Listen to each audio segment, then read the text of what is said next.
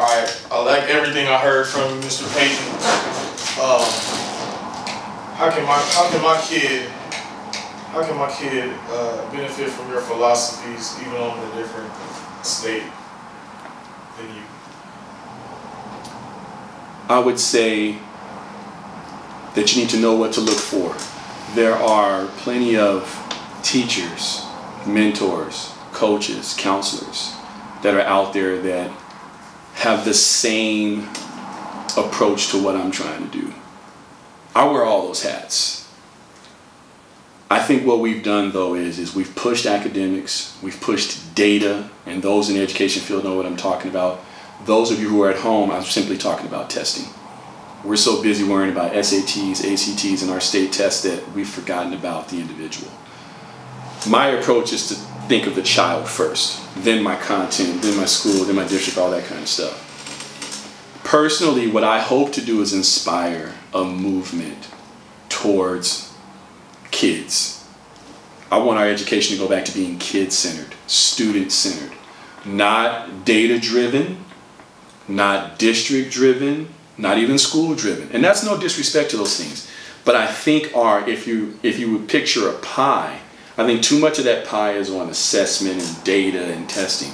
Very little of that pie is talking about kids. We don't know very much about our students anymore.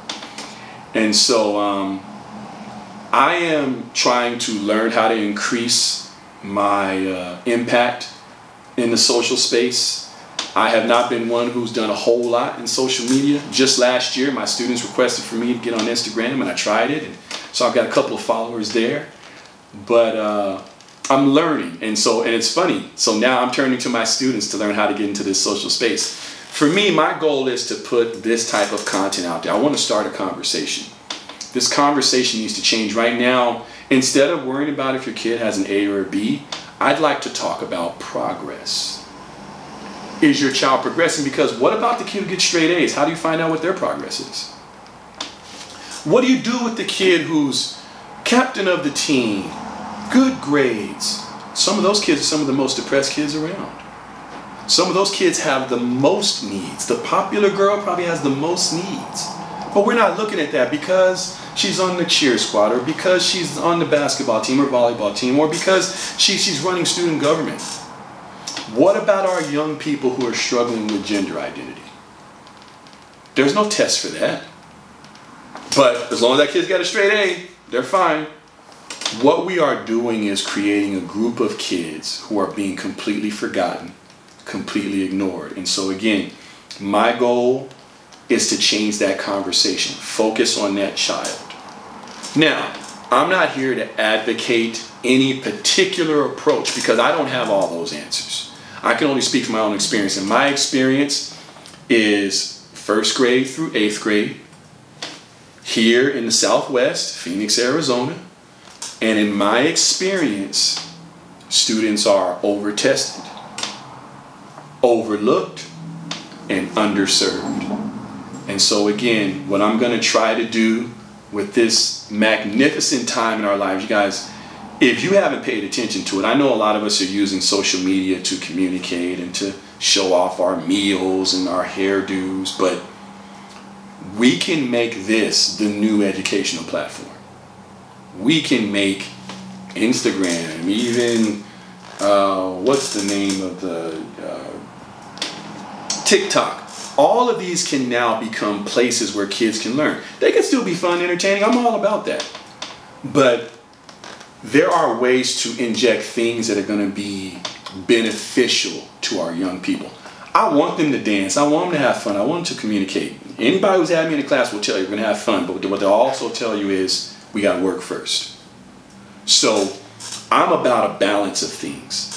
Let's get a little more academic content in there. Let's get some supportive content in there. Let's get some healthy content in there. And then let's laugh and dance and crack jokes and look at memes. That's all good. Because we're not meant to be on this earth to just work, to just learn, to just, no. We are complicated individuals. We love different things than we believe in. We like to hang out with people who are nothing like us. And right now, our educational institutions have completely lost that. we know nothing about the kids who walk through our doors. We don't know what they're interested in. You know why? Because you can't quantify it on any assessment.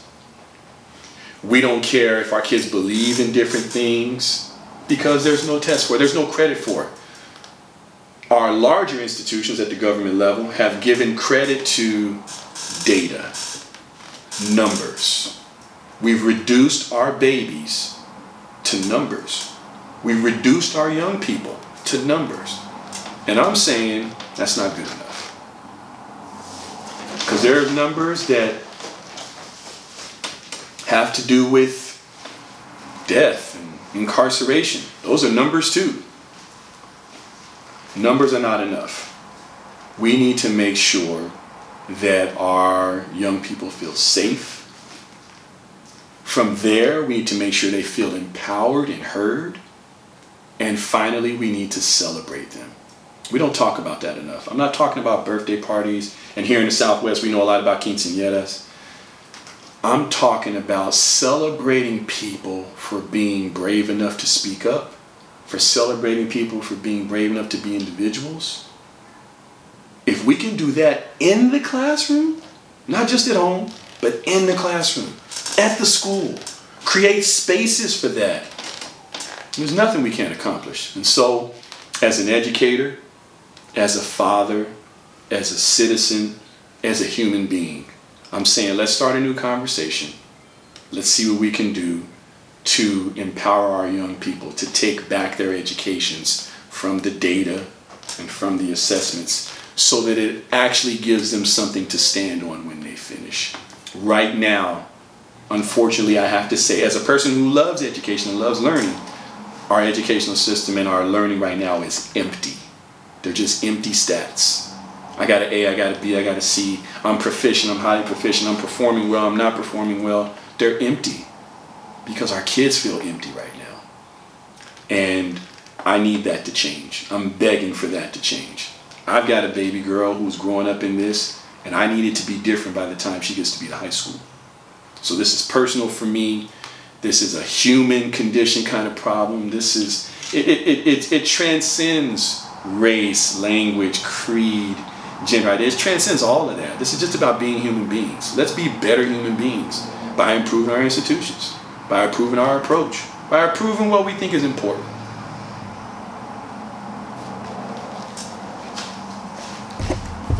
I threw you off. I took a pause and you got up, you thought I was done.